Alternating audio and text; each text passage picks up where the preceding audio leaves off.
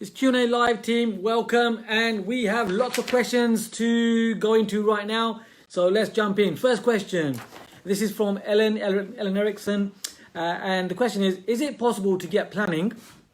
Is it possible to get planning permission to convert a property in use class F1, which just for clarity means a learning or a non-residential institution, to a C3, which is a house, or a C4, which is a HMO.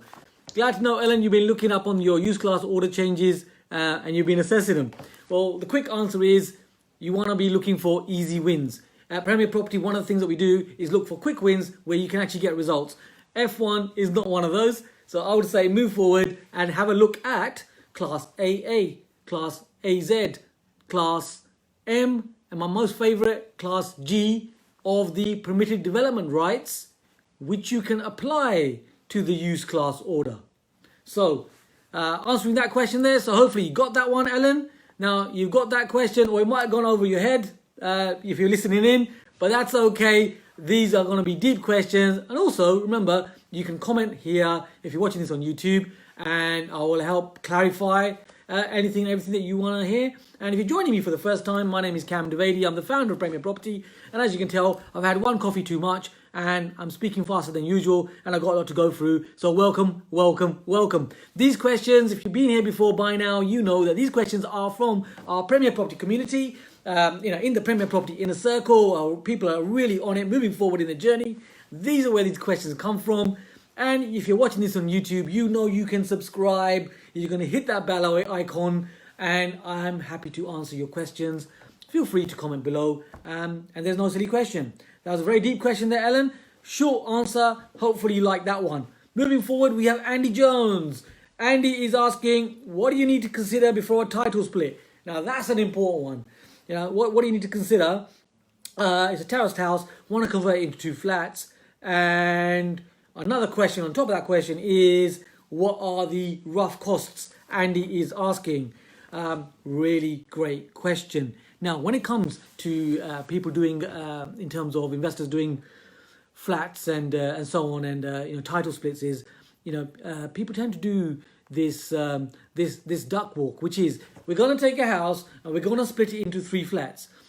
That's the kind of normal thing. The number of times you might have heard people say that. The number of times I've heard say that. Now, of course, it's a great aspiration, but here are the facts. The fact is, when you're title splitting, one of the things that you really want to be aware of is the lender. Because you could do the title split technically, so you're splitting that house into 2 flats. However, the question is, you want to be aware, are you in breach of the rules of your loan agreement, your mortgage, if you've got a mortgage with that? Will the lender let you do that? So what we do at Premier Property is, we actually got 3 ways that we do this. So firstly, we work with other people. So if you've got funding which is coming in from other people, and yes you can, people just want to know that you know the information. That's it. Once you can share that, there's lots of people around you that trust you, and they trust you completely, and all it is, they just want to know that you know what to do, like what I say. Hence, if you can demonstrate that, they will give you the money, which means the rules become more relaxed, which means that you can explain that you want to do a title split, and in that instance, you're absolutely fine because you got the permission of the people that are giving you that money. Hope I'm making sense here for you.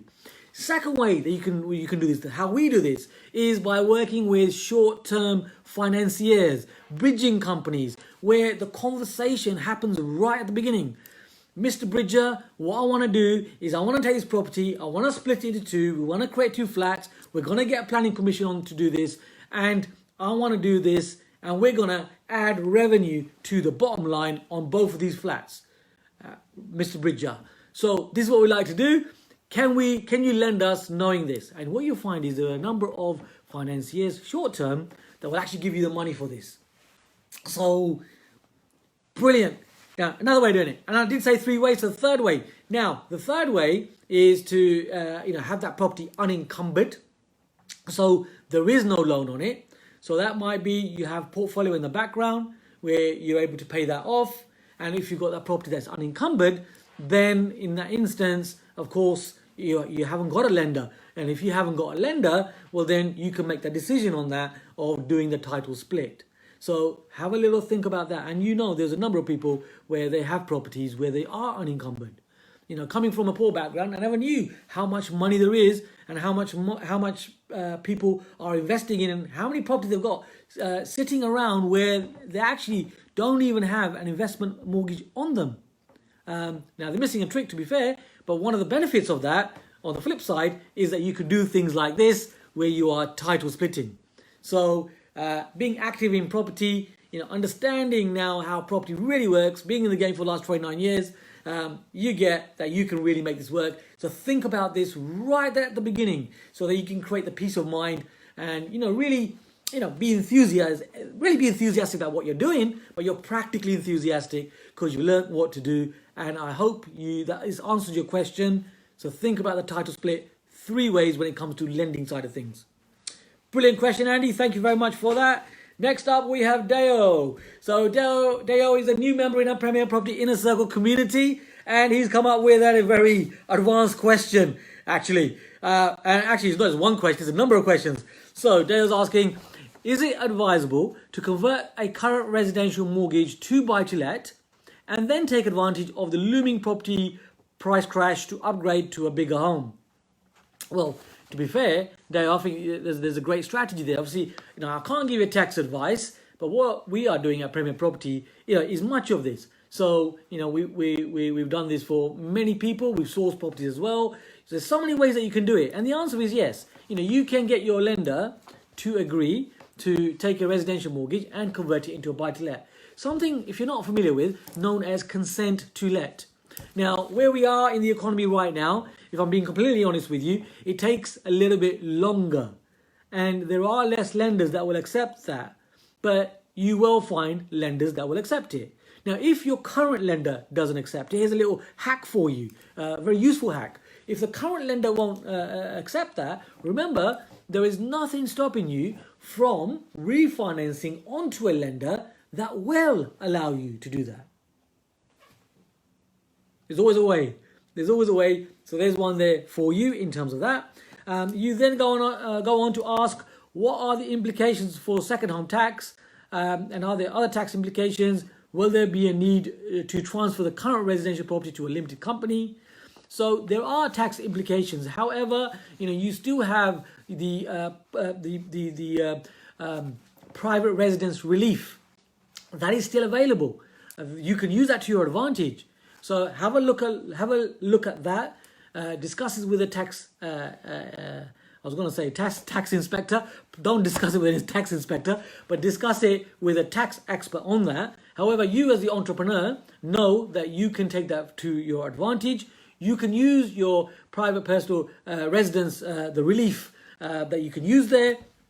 PPR was mixed up a bit as well there, but it's PPR, so you could use that. But as an entrepreneur, just get used to the gobbledygook, but you can make it work. PPR, you can use that as a tax tax mitigation way there. Speak to your accountant, have a little conversation about that one. And we are not taking properties and putting them into a limited company where they're in personal names. We use at Premier Property Section 24 to your advantage, where you can actually choose how much tax you want to pay, using repair, replace and renew, using the actual business income manual, business income manual 46900 by HMRC's guidelines. And if you have a look at that, you'll see what I mean. Tax is actually a choice according to HMRC. It's guidelines.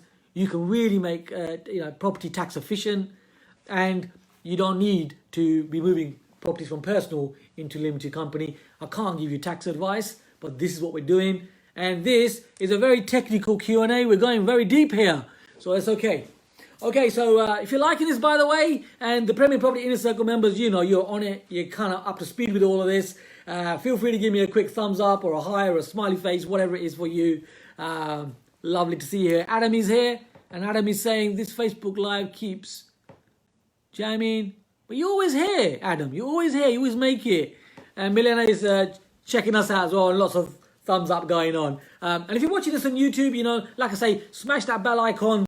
Make sure you get these inspirational, some people call them, videos and practical videos every week to your YouTube channel. And I'm only sharing with you things that we're actually doing. Ellen's here live as well. Loving it. Okay, so we covered Ellen's question. We covered Andy's question. We jumped into Deo's.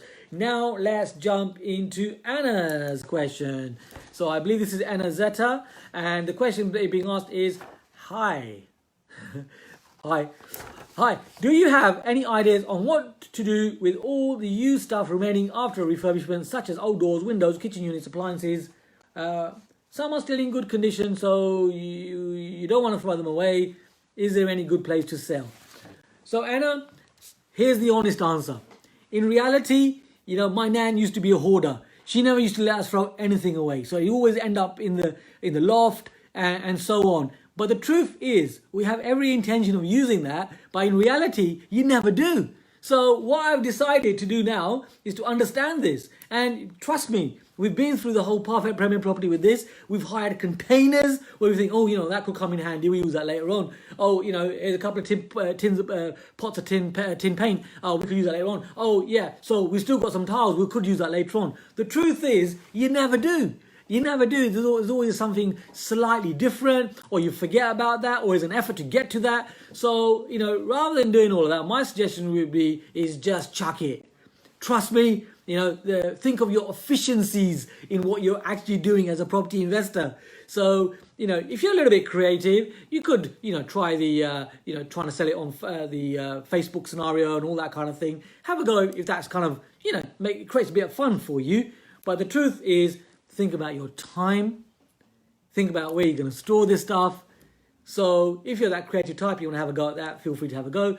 But my view on that is chuck it, throw it away, move forward, get on to the next deal, get the money coming in. Opportunity cost is what we're discussing here.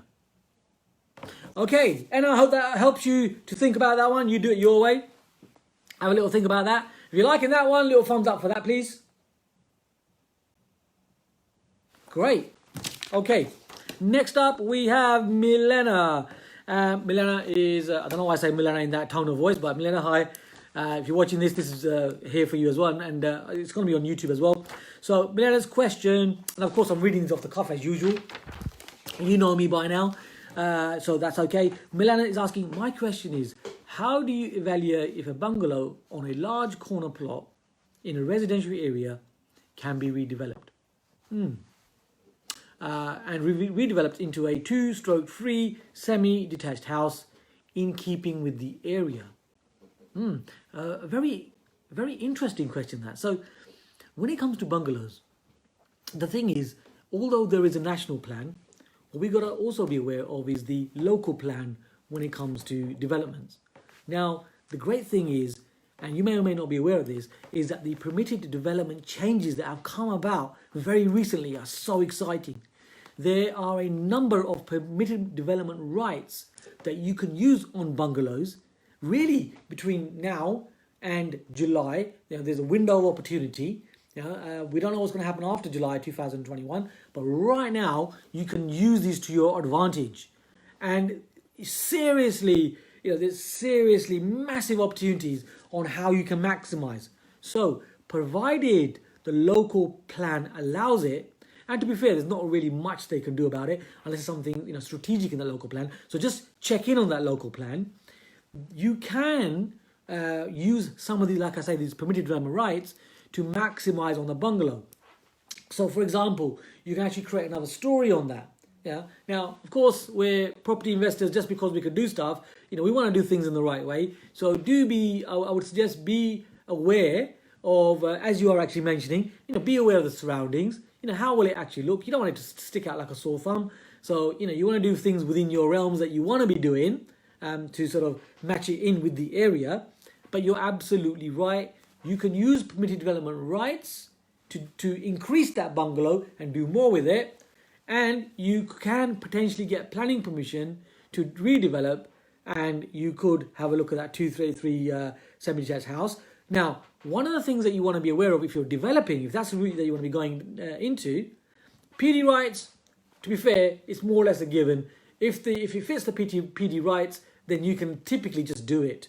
You might need to give a 56-day notice, but you can just go ahead and do it. And really, to be fair, no one can stop you because it's within the rules. So just for clarity, permitted development is 100% guaranteed planning permission, and there are PD rights that work for this.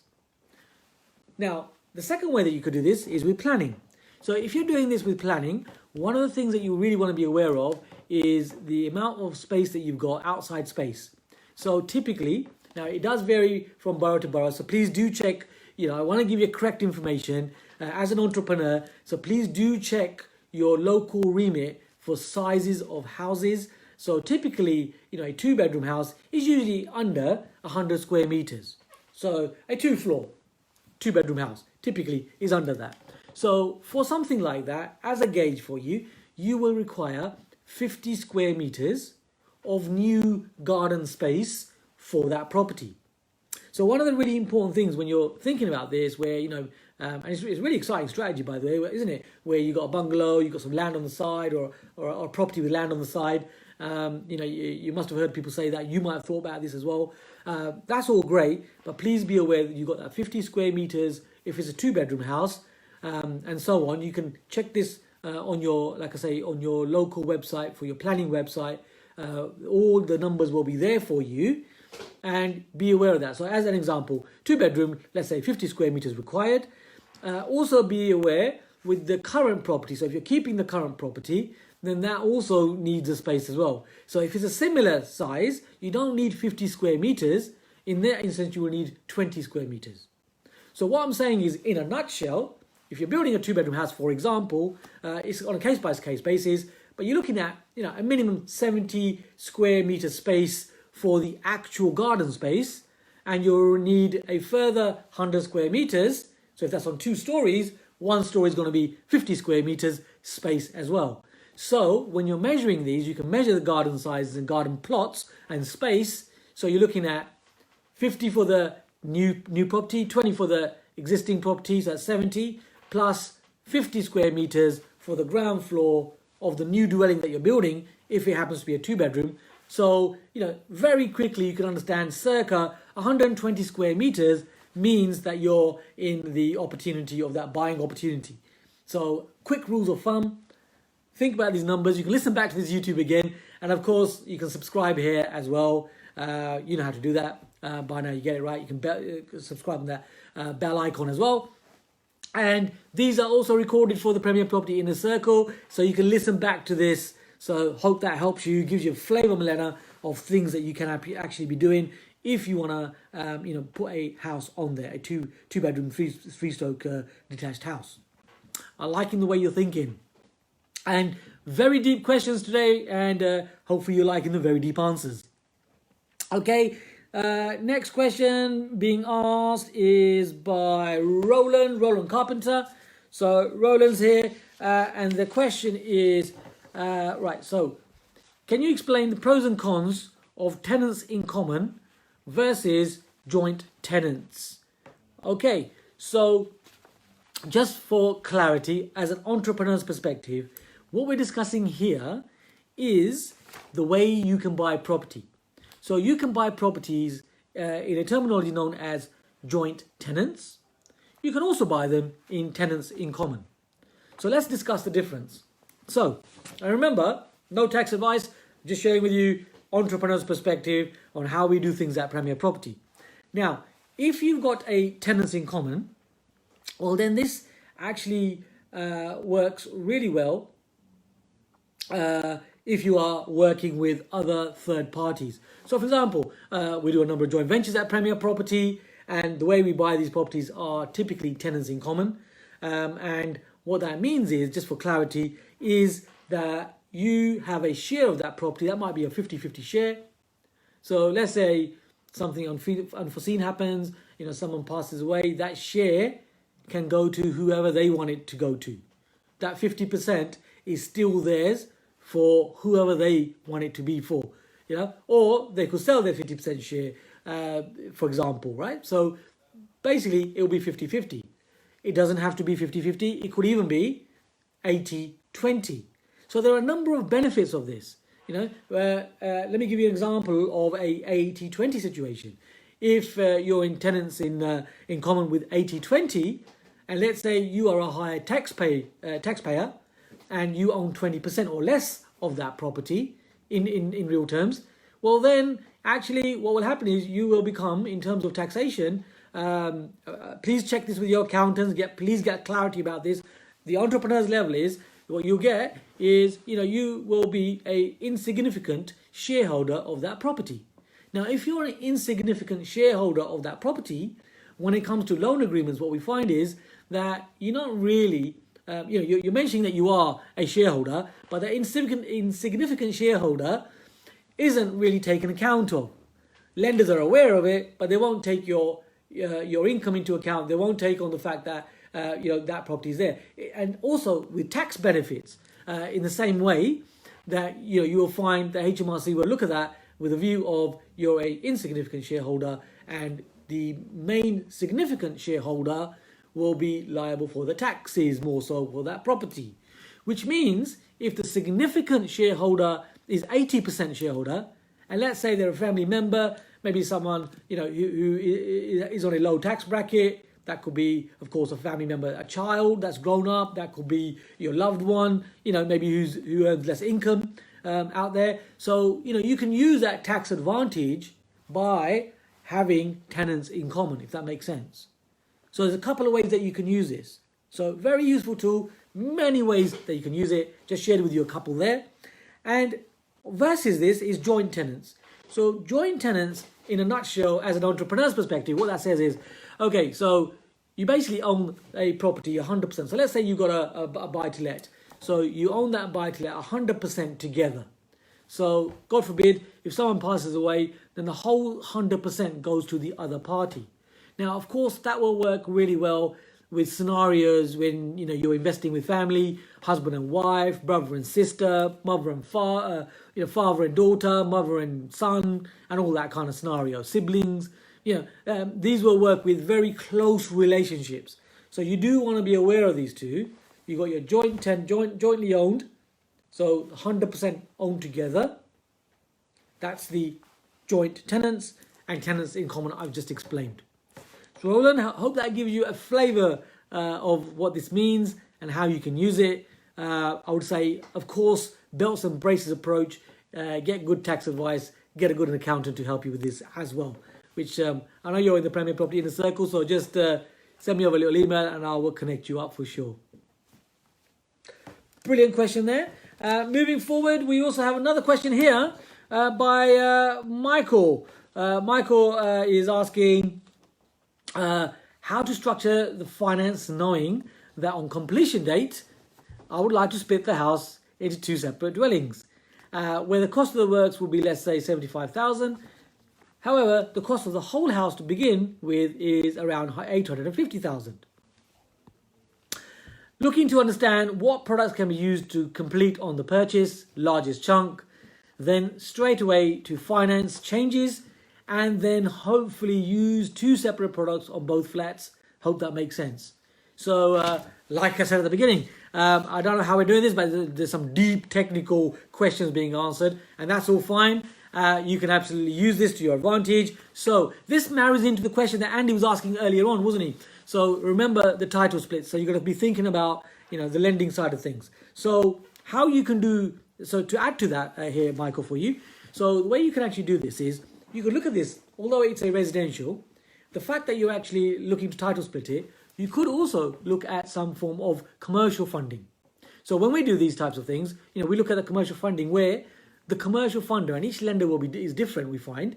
So what we do at Premier Property is we, at time to time, actually got a deal going on this right now. So what we'll do is we will find out what the GDV is, the gross development value, the end value of what you're looking to create. And what you can do is you can make the decision of doing this in your way. So one of the things you could do in this way, which is what we've done, is we will look at Premier the gross development value, and we will get a lender into place that will lend you on not the existing property, but they'll actually lend you on the gross development value. Which means when you do this, you get the money for the purchase and you get money for the extra amount of money required to do the conversion. Now, in my experience right now, what we're finding is at GDV, it's not 75% or 80 or 85%. Typically, you're looking at 65% loan to value. So the mortgage element is 65%. However, it's of the end value. So if the end value is higher, of course, you're going to be getting typically all the money and more money to actually get your conversion done. Now, also be prepared, and this is a bit that you got to be aware of this, because sounds all great, that's all lovely, and it works in real life. Yes, it does. I'm living proof of this. But what you will also find typically is the lender will say, right, we will lend you 65% of the end value, but we also want you to put some money in initially. So what you will typically find is they will give you 65% of the purchase price and promise you the 65% of the end value, and they will pay the difference to you in tranches. So you might have to come up with a little bit of a deposit, and that's something that you can work on. And there's so many different ways of working on that. Something that we can discuss later, or maybe it's a question that you want to ask for next week. So very good questions, very deep questions. And I'm going to finish off here with another question that Adam Wu has asked as well. Just need to open this up, and this question has just come in. So I want to make sure I've got it here. Look, in the Premier Property Inner Circle hotline, we have a hotline, and the question has literally come in. If I can find it. Right. So Adam is asking, so I'm just reading it off as it is. When an offer is made and accepted, subject to planning permission, which is a very wise way of doing it, Adam, so liking that one. Subject planning permission. What is a remedy if planning permission is not granted? Okay, so the remedy is, so what you can do, Adam, is typically this happens when we're doing developments, right? So at Premier, when we're doing developments, what we always do, it works on everything, to be fair, it works on residential as well, but you just got to get the vendor to accept it. And most cases, some will, some won't, you got to find the ones that will work with you. So what we do is, the way that you can protect yourself is to take an option. So this is not a lease option, this is an option to purchase. So in effect, what you're saying is, Mr. Seller, I want to buy this property. Now, that I'm going to go and get planning permission. Now, remember, no one's a fool out there. People wise up to what you're doing, so you might as well tell them at the front. At Premier Property, we do this in a very honest way. We're very open and upfront with them.